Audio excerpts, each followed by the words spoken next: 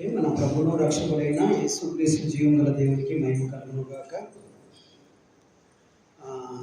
అపోస్తుల కార్యముల గ్రంథము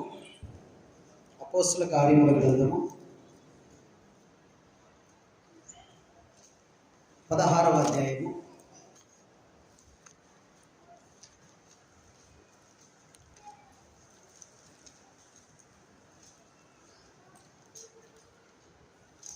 అపోస్తుల కార్యముల గ్రంథము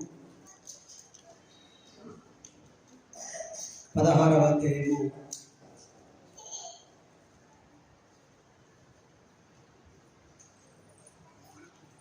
23-24 నుంచి చదువుతున్నాను. వారు చాలా దెబ్బలు కొట్టి వారిని చెరసాలలో వేసి భద్రముగా కనిపెట్టవలనని చెరసాల నాయకునికి ఆజ్ఞాపించి అతడు అట్టి ఆజ్ఞను పొంది వారిని లోపలి చెరసాలలోనికి త్రోసి వారి కాళ్ళకు బొండ వేసి బిగించను. అయితే మధ్యరాత్రి వేళ పౌలును శీలయు దేవునికి ప్రార్థన చేయుచు కీర్తనలు పాడుచుండిరి, ఖైదీలు వినుచుండిరి. ఈ యొక్క సమయంలో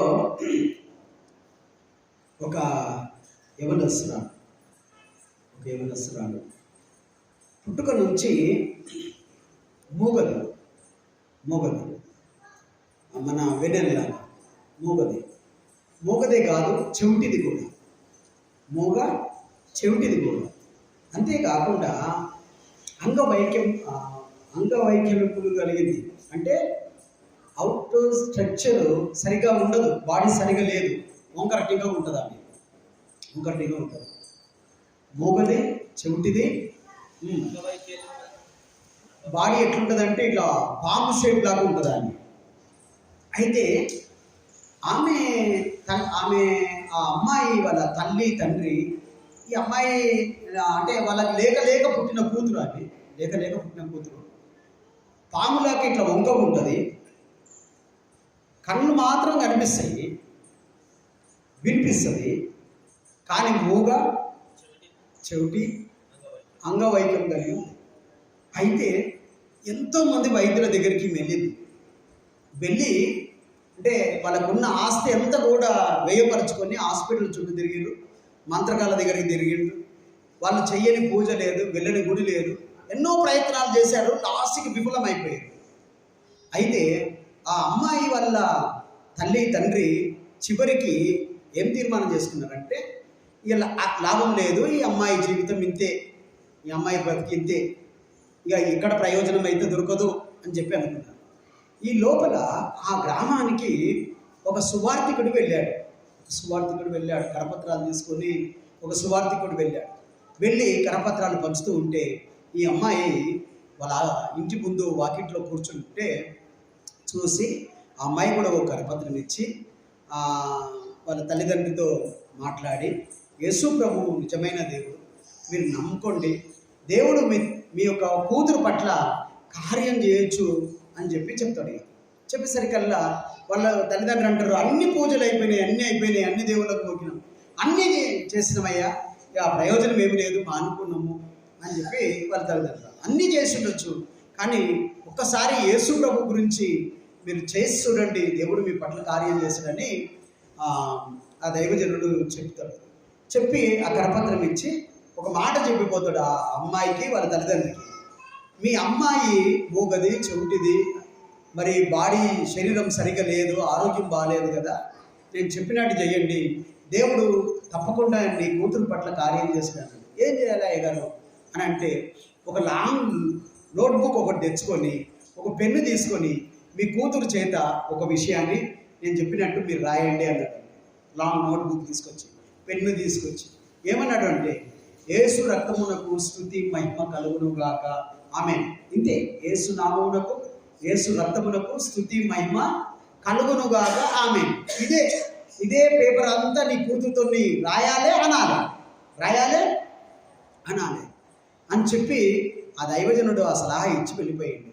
సరే, ఇన్ని ప్రయత్నాలు చేసేది ఏముంది, ఒక లాంగ్ నోట్బుక్, ఒక పెన్నే కదా అని చెప్పి కూతురికి తీసుకొచ్చి ఏం చేయించారంటే ప్రాక్టీస్ చేయించడం ప్రారంభించారు. ఏం చేయించారంటే, యేసు రక్తమునకు స్తుతి మహిమ కలుగును గాక, ఆమేన్. యేసు రక్తమునకు స్తుతి మహిమ కలుగును గాక. అయితే ఒక పేపరు, 2 పేపర్లు, 3 పేపర్లు అయిపోయింది. ఒక లాంగ్ నోట్బుక్ అయిపోయింది. తర్వాత రెండో లాంగ్ నోట్బుక్ కూడా నడుస్తుంది అంటుంది. అమ్మాయి మెల్లమెల్లగా అనడం, ఆ తర్వాత రాయడం చేస్తూ ఉంది. 3వ లాంగ్ నోట్బుక్ వచ్చేసరికల్లా దేవుడు ఆమెను దర్శించాడు. అమ్మాయిని దర్శించి, నిజం జరిగింది ఇది. దర్శించి ఆ అమ్మాయిని ఆ కంఠాన్ని ముట్టి బాగు చేశాడు, స్వరాన్ని బాగు చేశాడు. మాటలు వచ్చేసినాయి. మాటలు రావడమే కాకుండా ఆ రైటింగ్ స్కిల్స్ 3 లాంగ్ నోట్లో ఎట్లుంటుందో చెప్పండి. స్టార్టింగ్ దరిద్రంగా ఉన్న రాను రాయడం ఏమవుతుంది, రైటింగ్ కూడా ఇంప్రూవ్మెంట్ అవుతుంది. లాంగ్ నోట్బుక్ చివరిలోకి వచ్చేసరికల్లా రైటింగ్ మెరుగుపడ్డది. అంతేకాదు బాడీ స్ట్రక్చర్ ఏదైతే ఉందో పాములాగా వంకగా తిరిగిపోయిన ఈ అమ్మాయి, ఆమెకు తెలియకుండానే ఒక ఆర్డర్ ఆఫ్ ఫామ్లోనికి బాడీ షేప్ వచ్చేసింది. వినికిడి మెరుగుపడ్డది. తర్వాత సంపూర్ణంగా దేవుడు ఆ బిడ్డను స్వస్థపరిచాడు. తిరిగి దైవజనుడు వచ్చేసరికల్లా ఆమె రూపురేఖలు, శరీరం, ఒక అమ్మాయి యవనస్తురాలు ఎలా ఉంటుందో అలా అందమైన రూపము కలిగిన అమ్మాయిగా ఉంది. దైవజనుడు వచ్చేసరికి గుర్తుపట్టలేని పరిస్థితిలో ఉంది.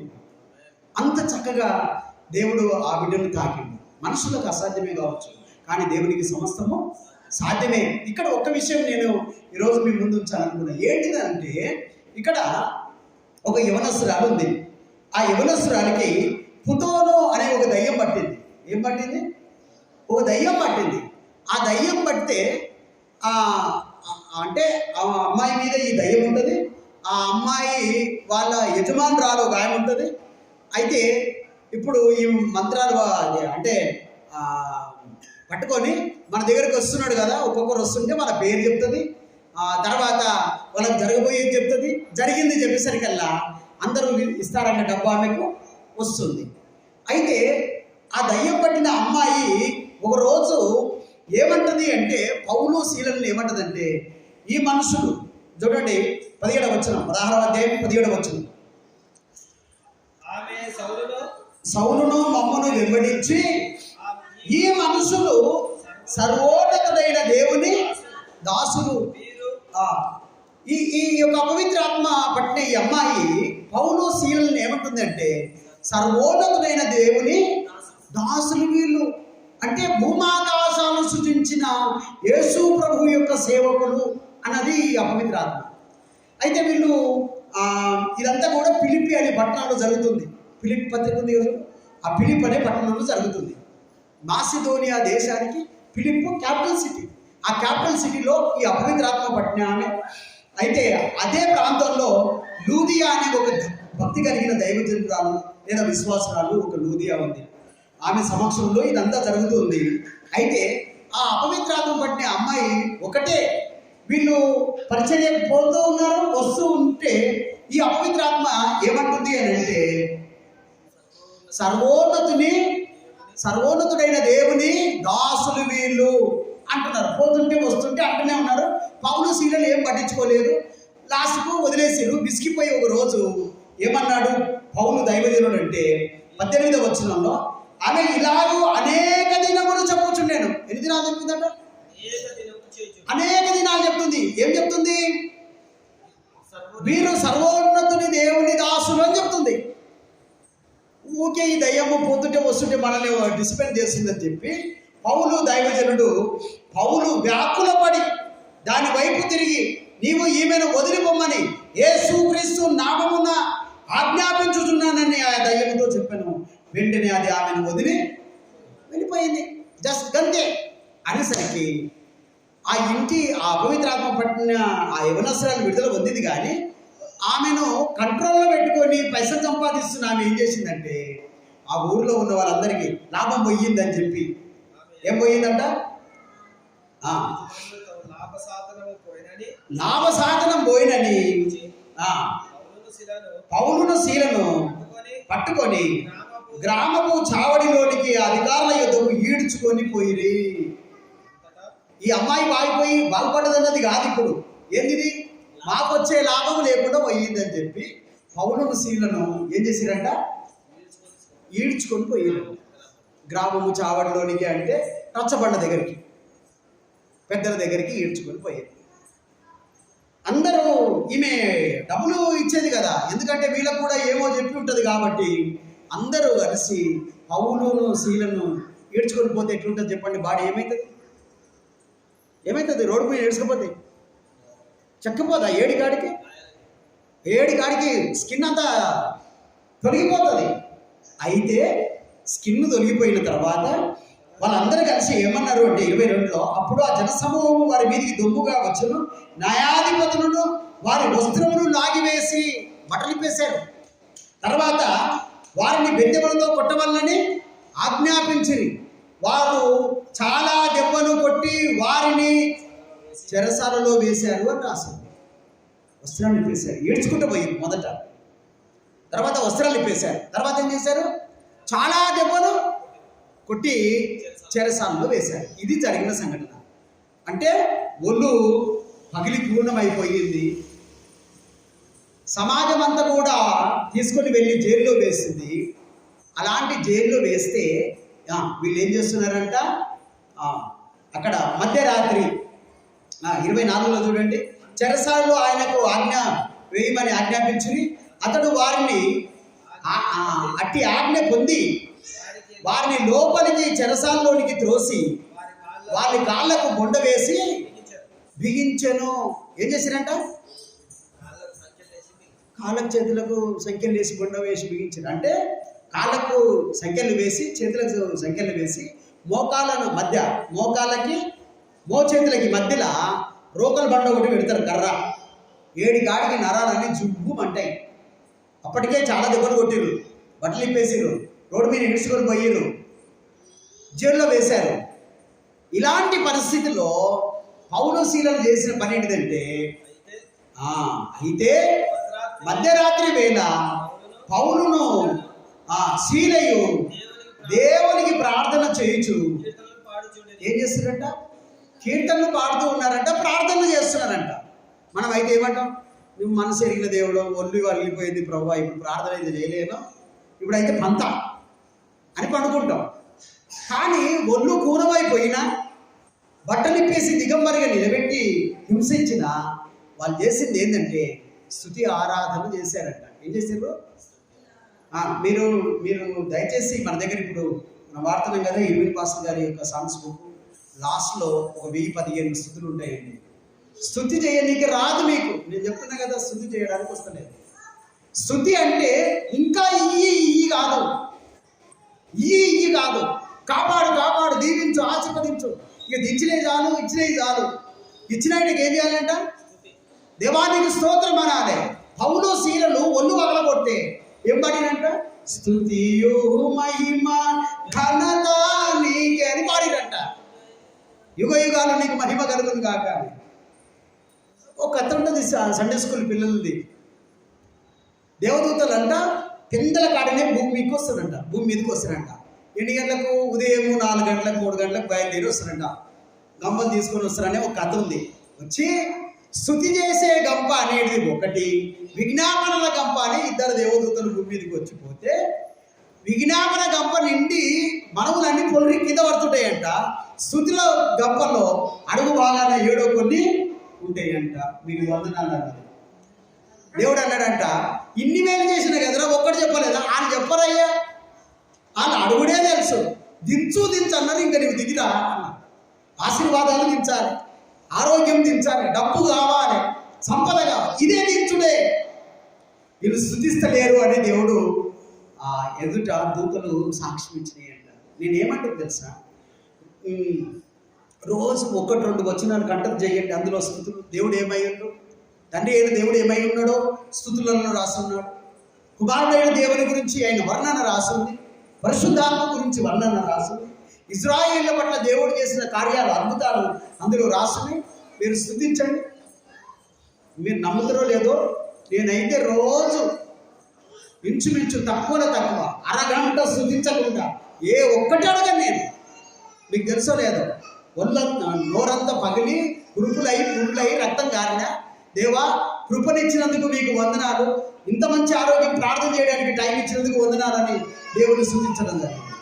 కాబట్టి ఈ యొక్క ఉదయవేళ నీవు దేవుని స్తుతిస్తే ఏమేమి ఆశీర్వాదాలు కలుగుతాయో కొన్ని విషయాలు క్లుప్తంగా ఇదే పేరలో మనము నేర్చుకుందాం. కాబట్టి తప్పకుండా మీరు దేవుని స్తుతించాల్సిందే. ఒకటి, వీళ్ళు ఏ తప్పిదము చేయలేదు, ఏ నేరము చేయలేదు, యథార్థంగా ఉన్నారు, మేలే చేశారు, ఒక యవనస్తులను పట్టిన అపవిత్రాత్మను వెళ్ళగొట్టారు, అంతే. దాన్ని ఆ ఫిలిప్పి పట్టణ ప్రజలందరూ కూడా కలిసి ఈడ్చుకొని పోయి కొట్టి గాయం చేసి చెరసాల్లో వేస్తే చీకటి భయంలో ఉన్నారు వాళ్ళందరూ. అక్కడ వాళ్ళు ఒక మాట పాసర్ జి సామిల్ పాసర్ గారు ఒక మాట అంటారు. ఏమంటాడంటే ఇక్కడ, మధ్యరాత్రి వేళ పౌలును శీలయు దేవునికి ప్రార్థన చేయించు కీర్తనలు పాటలు వాడేవాళ్ళు, ప్రార్థించే వాళ్ళు ఏమో భక్తులు అంట. ఎవరు? పాటలు వాడి ప్రార్థన చేసేవాళ్ళు భక్తులు. ఖైదీలు వినుచుండిరి అందాల్సింది కింద. వినేవాళ్ళు ఎవరంట? భక్తిహీనులు. భక్తులేమో పాటలు ప్రార్థనలు చేస్తారు, భక్తిహీనులు ఏమో వింటారు, అంతే. వాళ్ళు చప్పట్లు కొట్టరు. నేను అంటున్నా తెలుసా, సర్వజనులారా చప్పట్లు కొట్టుంది. సామంతులేమి, సామాన్యులేమి, ధనికులేమి, దరిద్రులేమి, సర్వమానవాళి చప్పట్లు కొట్టమన్నారు. కొడితే ఏమైందో తెలుసా? నీ బ్రెయిన్కి పక్షవాతం రాదు, నీ గుండె నొప్పి రాదు, నీకు నీ ఒంట్లో ఉన్న నొప్పులు 90% బాగైంది. నిజమేది. అన్నిటికి సంబంధించిన నరాలన్నీ కూడా అరచేతిలో దేవుడు పెట్టి ఫింగర్స్లలో అయినా కొట్టం. ఒకవేళ ఏ రోజైనా ఒక రోజు ఏమేమి చప్పట్లు కొడుతున్నాయో విందాం ఒక రోజు. కానీ ఈ యొక్క ఉదయం వేళ దేవుని స్తుతిస్తే కలిగే ఆశీర్వాదాల గురించి మనము త్వరగా విందాం. ఓకే, 26వ వచనం, 16వ అధ్యాయం అపొస్తలుల కార్యము 16-26. అప్పుడు అకస్మాత్తుగా వీళ్ళు పాటలు పాడి ప్రార్థన చేస్తే ఏం కలుగుతుందంట? మహాభూకంపం కలుగుతుంది. అంటే భూమిని ఆకాశాన్ని చేసిన వాడిని నువ్వు స్తుతిస్తే ఏం కలుగుతుంది? భూకంపం కలుగుతుంది. నువ్వు కదిలించలేవు, నేను కదిలించలేము, మనతోని కాదు. మన ఇంటి ముంగలో ఒక బండనో ఒక రాయో గుండో ఉంటే దాన్నే పక్కకు తీయడానికి మన వల్ల కాదు, కానీ మన దేవుని వల్ల అవుతుంది. నీవు దేవుని స్తుతిస్తే ఎటువంటి పరిస్థితులైనా. ఇంకొక స్టోరీ విన్నా నేను. రోజు ఒక దైవజనునికి శ్రమలు కలుగుతున్నాయంట. కలుగుతుంటే ఆ దైవజనుడు రోజు ఏం చేస్తున్నాడంటే, యేసయ్య నీకు స్తోత్రం అన్నమాట, నిన్న నాకు ఈ బాధ లేదు, ఈరోజు ఉంది, నిన్న నన్ను మంచిగా ఉంచుకున్నందుకు నీకు వందనాలు అన్నాడు. అయితే ఈరోజు బాధ ఉంది కదా, ఓకే, ఈ బాధలో కూడా నిన్ను స్తుతించే కృపనిచ్చినందుకు నీకు స్తోత్రం అన్నాడు. నెక్స్ట్ డే సాతానుడు వచ్చి మళ్ళీ కొంచెము వేదన ఎక్కువ చేశాడంట. మళ్ళీ దైవజనుడు అన్నాడంట, ఈరోజు చాలా నొప్పి ఉంది ప్రభా, కానీ ఇంత నొప్పి నిన్న లేదందుకు నీకు స్తోత్రం అన్నాడు. 3వ రోజు వచ్చిండు, అరికాల నుంచి తల దాకా మండుతుంది, కాలుతున్నాడు, ఒళ్ళంతా కాలుతుంది, వేదన బాధ ఎక్కువైంది. అందులో కూడా ఏమన్నాడంటే, ప్రభువా ఇదిగో ఈ స్థితిలో కూడా నేను స్తుతించే హృదయాన్ని, మనసుని నువ్వు నాకు ఇచ్చినవని దేవుణ్ణి స్తుతించిందంట. తర్వాత విపరీతమైన చలి పెట్టిండంట. చలి పెడితే అన్నాడంట, నిన్న ఈ చలి లేనందుకు నీకు స్తోత్రం దేవుడు అన్నాడు. నీకు ఏదైతే ఇచ్చినో దాన్ని బట్టి స్తుతించడము నేను నేర్చుకుంటే ఆ స్థుతిలో చాలామంది చెప్తారు కదా, స్తుతి చేయడం వల్ల ఇరుకోకూడదు కూలిని, స్తుతి చేయడం వల్లనే పునాదులు కదులుతున్నాయి. ఇక్కడ పునాదులు కదులుతాయి, దేవుని స్తుతిస్తే పునాదులు కదులుతాయి. మహాభూకంపము కలిగెను, చెరసాల పునాదులు ఎవడేసిండో పునాదులు తెలియదు. చెరసాల అంటేనే బందోబస్తు పునాదులు ఉంటాయి. మామూలుగా మన ఇంటి కట్టుకున్న పునాదులు వేరు, చెరసాల కట్టే పునాదులు వేరు. పటిష్టంగా ఉంటాయి, బలంగా ఉంటాయి, పెద్ద పెద్ద రాళ్ళతో పునాదులు వేసి ఉంటారు దానికి. కానీ వీళ్ళిద్దరూ స్తుతిస్తే మాత్రం ఏమైందంటే ఆ భూకంపము కలిగింది, చెరసాల పునాదులు సైతం కదులుతున్నాయి. నేనంటే ఏంటి తెలుసా, నీకు నీ వల్ల కాదు, కానీ నీ దేవుని వల్ల అవుతుంది. ఇక్కడ చెరసాల్లో వేశారు, చెరసాల అదిరింది. తర్వాత వెంటనే తలుపులన్నీ తెరుచుకున్నాయంట. ఏం తెరుచుకున్నాయి అంటే మూసేస్తున్నాయి. వీళ్ళు వెళ్ళకుండా, వీళ్ళు బయటికి రాకుండా బంధింపబడి ఉన్నారు వీళ్ళు. కానీ నీవు దేవుని స్తుతిస్తే భూకంపం కలుగుతుంది, చెరసాల పునాదులు అదురుతాయి. అంతేకాకుండా తలుపులన్నీ తలుపులన్నీ అంటే ఇలి పౌలు శీలను వేసిన తలుపే తెలుసుకుందా? జైల్లో ఉన్న వాళ్ళ తలుపులన్నీ తెలుసు, జైల్లో ఉన్న తలుపులన్నీ తెలుసుకున్నాయంట. చూడండి మళ్ళా ఏ తలుపులు మీకు అంటే బంధింపబడ్డావేమో, అంటే చెరసాల్లో ఉన్నావేమో, జైల్లో ఉన్నావేమో, బంధింపబడి ఉన్నావేమో, కానీ నువ్వు దేవుని స్తుతించడం నేర్చుకుంటే మాత్రం దేవుడు నీ పట్ల ఏం చేశాడంట? తలుపులన్నీ కూడా ఓపెన్ చేసి తలుపు తెరుచుకుంటే పోవచ్చు కదా. మీరు ఆలోచన చేయండి, అందరు తలుపులు తెరుచుకున్నాయి, ఖైదీలు వినుచుండిరి, వాళ్ళు కూడా నిద్రపోతలేరు. ఏం చేస్తున్నారంట? ఏం చేస్తున్నారు? వింటున్నారు. ఖైదీలు వింటున్నారు కనుక ఏమైంది? వాళ్ళ తలుపులు కూడా తెరుచుకున్నాయి. కొంతమంది వినరు, చప్పట్లు కొట్టరు, స్తుతించరు, కాబట్టి వాళ్ళ బంధకాలు ఏమైంది అంటే తలుపులు తెరవబడవు, డోర్స్ ఓపెన్ కావు, ఆశీర్వాదాలు ఓపెన్ కావు. ఇక్కడ ఏమైందంటే తలుపులు తెరవబడెను, అందరి బంధకమును మూడేను. అందరికీ చూడండి, ఆ జైల్లో వేసిన వాళ్ళకి అందరికి అసలు లోపలికి వేసినాక బంధకాలు వేయొద్దు, జైలు వేసినాక గేట్కి లాగేసి సరిపోతుంది. కానీ వీళ్ళు మామూలు వాళ్ళు కాదు, లోపల ఉన్న దొంగలు అందరూ అంటే కరడు కట్టిన వాళ్ళు. లాస్ట్కు ఆ చెరసాల డోర్లను సైతము, తలుపులను, తాళాలను సైతం పగలగొట్టుకుంటారని చెప్పి లోపల ఉన్నా కూడా ఏం చేశారు? కాళ్ళకి చేతులకు బెడిలో వేశారు.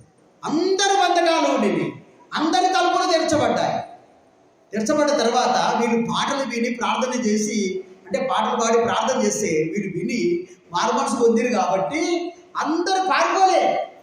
అందరు పారిపోకుండా ఏ రూమ్లోకి వచ్చారు? పౌలు శీలలు కూర్చుని పాటలు పాడుతున్న రూమ్లోకి వచ్చారంటే దొంగలందరూ వస్తారా? అట్లా చెప్పండి ఎవరన్నా. ఇదే మంచి అవకాశం అని పారిపోవాలి. కానీ వీళ్ళు మారు మనసు పొందిన దొంగలుగా.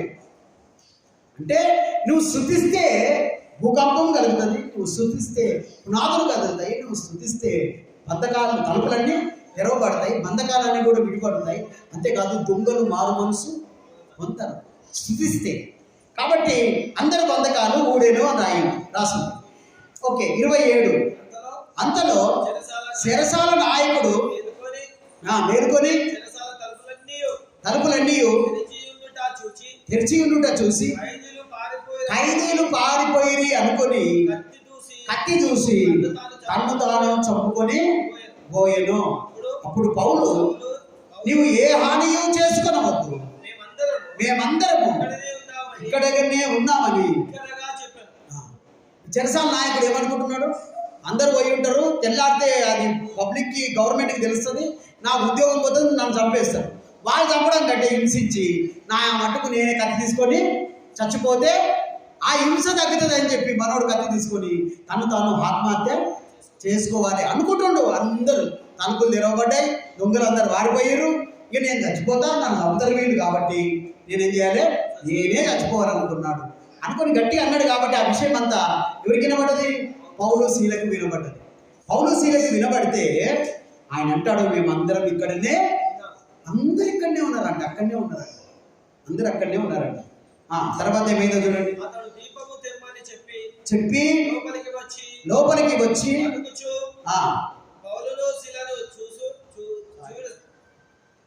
శీలకును సాగిలపడి వారిని వెలుపుకొని తీసుకొని వచ్చి, అయ్యలారా, రక్షణ పొందుటకు నేనేమి చేయవలెనా నేను. చాలు 23వ వచనం చదువుతున్నా. వారు చాలా దెబ్బలు కొట్టి వారిని చెరసాలలో వేసి భద్రముగా కనిపెట్టవల్లని చెరసాల నాయకునికి ఆజ్ఞాపించింది. ఆ నాయకుడే ఒళ్ళు వదలగొట్టిండి వీళ్ళిద్దరిని. ఇప్పుడు అదే నాయకుడు ఏం చేస్తుందంట? సాగిలపడి వచ్చి ఏం చేస్తుండో? సాగిలపడి దేని వల్ల వచ్చింది ఇదంతా? ఒక స్తుతి ఆరాధన ద్వారానే వచ్చింది. ఒక స్తుతించడం వల్లనే మంచి ఉన్నతమైన ఉద్యోగంలో ఉన్న అధికారి సైతము పౌలు శీలకు ఏం చేస్తున్నాడు? సాగిల పడుతున్నాడు. నువ్వు స్తుతిస్తే నీ శత్రువు నీ ఎదుట సాగిల పడతాడు.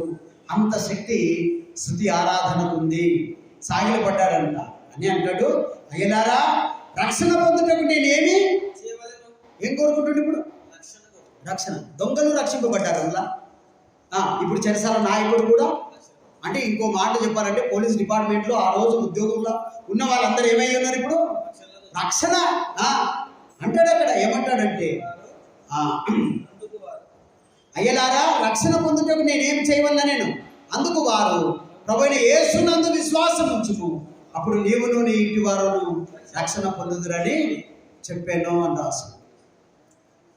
రక్షణ ప్రాముఖ్యమే. ఒక చెరసాల నాయకుడు ఏం గ్రహించాడంటే రక్షణ కావాలి. చాలామందికి రక్షణ లేదు. నువ్వు స్తుతిస్తే రక్షణ కార్యాన్ని దేవుడు తెలుసు. దావీదు జీవితంలో కూడా స్తుతించడానికి చాలా ఇష్టపడ్డారు ఆయన. ఇక్కడ కూడా వాళ్ళందరూ కూడా మరి అన్నారు, ప్రభువైన యేసునందు విశ్వాసం ఉంచుము, అప్పుడు నీవును నీ ఇంటి వారును రక్షణ పొందుతారని చెప్పి అతని ఇంటనున్న వారందరికీ దేవుని వాక్యము బోధించి. అలసిపోయినమంటురా, పాటలు పాడిన ఇప్పటిదాకా అర్ధరాత్రి దాకా పాటలు పాడారు, ప్రార్థన చేసారు, ఒళ్ళు శరీరము అనుకూలంగా లేకపోయినా కూడా దేవుని స్తుతిస్తూ ఉంటే ఒక అవకాశం వచ్చింది. ఈ కుటుంబానికి రక్షణ. ఆ సమయంలో కూడా, అటువంటి పరిస్థితిలో కూడా వాళ్ళు ఏం ఆలోచన చేస్తారంటే ఆ చెరసాల నాయకుడికి, దొంగలకి, అందరికీ వాక్యం చెప్పి వాళ్ళని రక్షణలోనికి నడిపించాలి, వారిని విశ్వాసంగా మార్చాలి. యేసు ప్రభువే దేవుడు, ఆయన తప్ప వేరొక దేవుడు లేడు. ఆయననే భూమాకాశం సృజించిన దేవుడు, పరిశుద్ధుడైన దేవుడు, పాపము లేని పవిత్రుడైన ఆయననే మన కోసం చనిపోయి తిరిగి లేచి రానయ్యున్న దేవుడు అని ఈ రక్షణ వాక్యాన్ని చెరసాల నాయకుడికి, మరి అక్కడున్న ఖైదీలకు అందరికీ వాళ్ళు బోధించి ఆ వాక్యం బోధించారు. వాళ్ళు వాక్యము బోధించి 32 రాత్రి ఆ గడియలోనే అతడు వారిని తీసుకొని వచ్చి వారి గాయమును కడిగెను. అంటే స్తుతించడం వల్ల ఒకటి పునాదులు, భూకంపం కలిగింది, పునాదులు కదిలినాయి.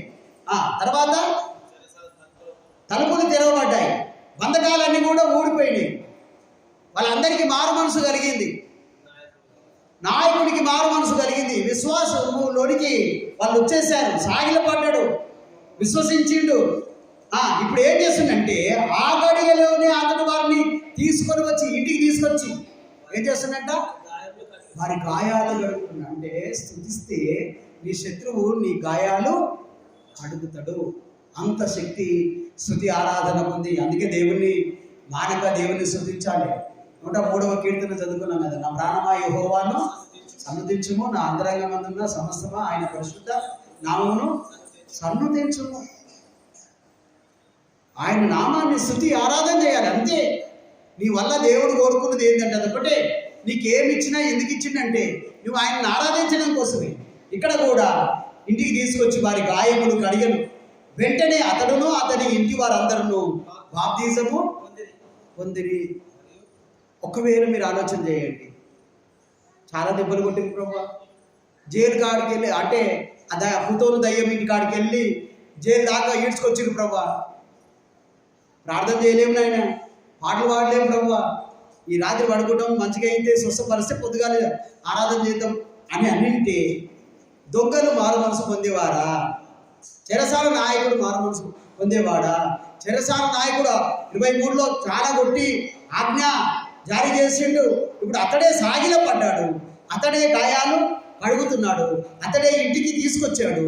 అంతేకాదు, ఏ దైవజనుని చేత అయితే వాక్యం విన్నాడో అదే దైవజనుని ద్వారా బాప్తిజం కూడా అతడు ఒక్కడే తీసుకుంటా ఇంటి వారందరూ కూడా రక్షణ పొందిరి. మేబీ ఆయన ఫ్యామిలీ అంతా కూడా జైల్లోనే ఉన్నట్టుంది. ఫ్యామిలీ ఏడుంది? జైల్లోనే ఉంది, అందుబాటులో ఉన్నారు. ఏదో ఒక 50 కిలోమీటర్ 20-30 కిలోమీటర్ దూరం నుండి డ్యూటీకి రాలే, ఆనే ఉన్నాడు కాబట్టి వెంటనే ఇంటికి తీసుకెళ్ళిండు. ఈ అయోడిని పోసిండో ఏం చేసిండో, గాయాలు కట్టేసిండు. కట్టిన తర్వాత పాపక్షమాపణ ఒప్పుకున్నాడు, ప్రార్థన చేయించుకున్నాడు, బాప్తిజం తీసుకున్నాడు. పుట్టినోడికి బాప్తిజం ఎట్లా ఇస్తాం అన్నాడా? తిట్టినోడికి బాప్తిజం ఎట్లా ఇస్తాం అన్నారా? అదే క్రీస్తు మనసు. క్రీస్తు యేసున కలిగిన మనసు పౌలు శీలలు కలిగి ఉన్నారు, గాయాలు కలిగి. మరియు అతడు తోడుకొని వచ్చి వారికి ఏం చేసిండంట, భోజనం కూడా పెట్టిండు. అంటే ఏం గ్రహిస్తుండు, ఆకలి ఉన్నట్టు. నిన్న మధ్యాహ్నం జరిగిందో, ఎప్పుడు జరిగిందో, ఉదయం జరిగిందో, ఇది తంతంతా కూడా 24 గంటలు అయిందేమో, ఆకలితో ఉన్నారని చెప్పి అన్నం పెట్టాలన్న మనసు కలిగిన వాడు ఆదిత్యమీయుడు అంట. ఒక చిన్న సంఘటన చెప్తాను, జాగ్రత్తగా వినండి. సాధారణంగా నేను 95లో ఫుల్ టైం పరిచర్యకి వచ్చినాను. 27 సంవత్సరాల్లో ఎన్నో కుటుంబాల్లో భోజనం చేశాను. ఎన్నో కుటుంబాల్లో భోజనం చేశాను. రాజభోజనం తిన్నాను. రాజభోజనం అంతేకాదు, నన్ను ప్రేమించి నాకు భోజనం పెడితే ఆ భోజనంలో పురుగులు ఉంటే పురుగులు పక్కన పెట్టుకొని కూడా అన్నం తిని చేతి కడుపుని వచ్చిన తిన్నాను. అది కూడా తిన్నా, అది కూడా పెట్టి. ఆదిత్యమీయుడంలో 2 భార్యాభర్తలు ఉంటే ఒక్కరికి మాత్రమే ప్రగాఢమైన విశ్వాసం ఉంటుందా, భోజనం పెట్టాలి ఆదిత్యమీయాలని. భర్త కంటే ఉండొచ్చు, భార్య కంటే ఉండదు, కానీ బోతారు ఉండదు, ఇద్దరికి ఉండదు. ఏ ఇంట్లో అయినా 99% భార్య కొట్టి చదివి అది వండుకొని పెట్టుకొని అన్నట్టు, భర్త కొట్టి తెచ్చిపెట్టి చేసుకోవాలన్నాడు.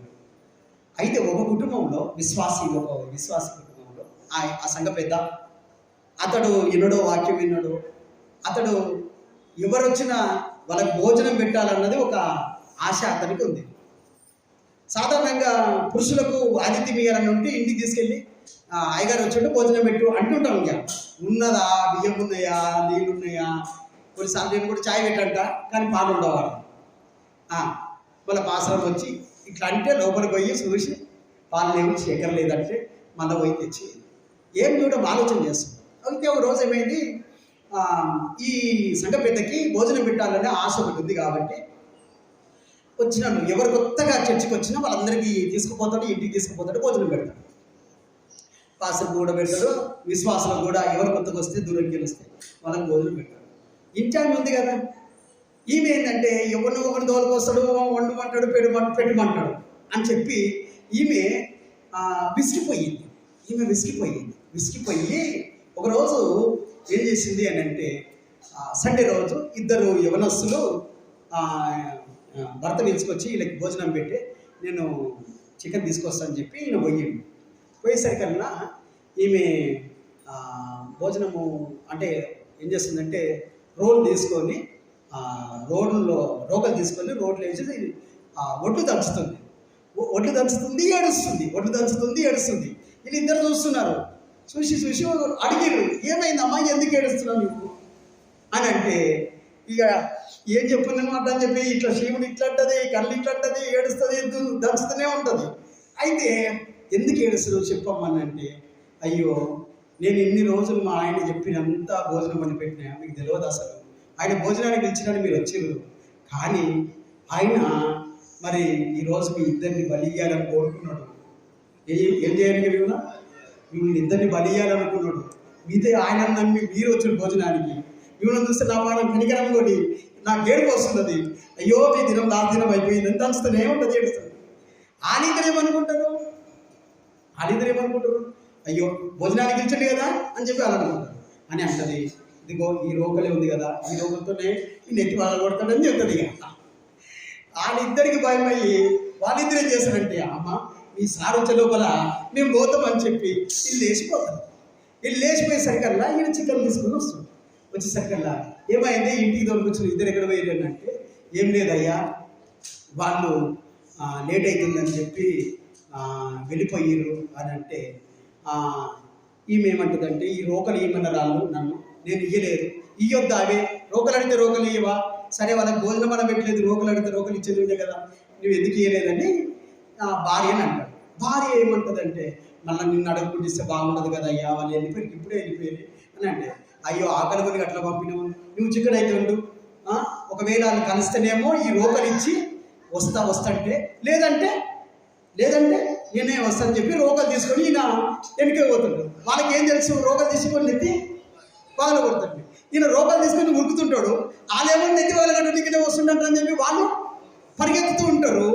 లాస్ట్కి ఓయమ్మో మంచోడు అనుకున్నాం భోజనం పెట్టి, ఆ రోజు నుంచి అంట ఆ ఇంటికి ఒక్కరిని కూడా భోజనానికి ఇవ్వలేదంట. అంటే ఎందుకు చెప్తున్న విషయం ఏంటంటే, ఆదిత్యం అనేటిది అంత ఆషామాషిది కాదు, కానీ దేవుని వాక్యం ఏమంటుందంటే తెలియకయే దేవదూతలకు ఆదిత్యము ఇచ్చిరి. మనం అనుకుంటున్నాము పాసర్ తింటుందో అనుకుంటున్నాం, కానీ పాసర్ గారు తింటే ప్రభువు తిన్నట్టే. ఆయన తిని ఆశీర్వదిస్తే అది 100గా నిలబడుతుంది. భోజనం పెట్టి దేవుని యందు విశ్వాసం ఉంచిన వాడై తన ఇంటి వారందరితో కూడా ఏం చేశాడంట? ఆనందించాను. ఇంటి వారందరితో కూడా ఆనందించాను. ఇంట్లో అందరూ ఆనందించాలంటే ఇంట్లో రక్షణ ఉండాలి. వీళ్ళ ఇంటికి రక్షణ రావడానికి, ఆ దొంగలు ఆనందించడానికి, పౌలు శీలలు ఆనందించడానికి కారణం ఏంటంటే ఏ స్థితిలోనైనా కూడా దేవుణ్ణి స్తుతించవలసిన వారమైన ఏమంటాడు? ఫిలిప్పి 4:4 చదవండి. ఇది ఫిలిప్పి సంఘంలో జరిగింది కదా. 4:4 చూడు. ప్రభువునందు ఆనందించుడి, మరలా చెప్పుదును ఆనందించుడి అన్న మాట చూస్తున్నాము. అంటే ఎప్పుడు ఆనందించాలి. ఎవరు ఆనందిస్తారంటే ప్రభువునందు ఉన్నవారు మాత్రమే ఆనందిస్తారు. ప్రభువు దూరంగా ఉన్నవారు మాత్రం ఆనందించలేరు.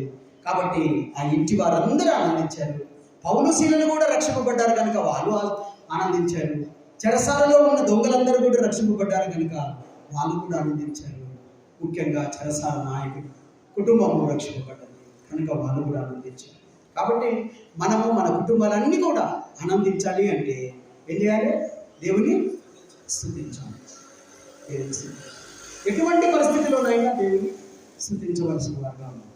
మీరు నిజంగా దేవుని స్తుతించి చూడండి, దేవుడు కార్యము చేస్తాడు, అద్భుతాలు చేస్తాడు.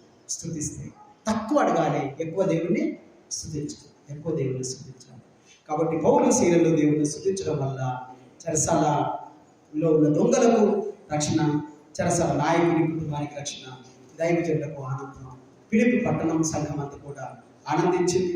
అట్టి కృప త్రియేక దేవుడు మనందరికీ దయచేయునుగాక. అందరం లేచి నిలబడి ప్రార్థన చేసుకుంటాం.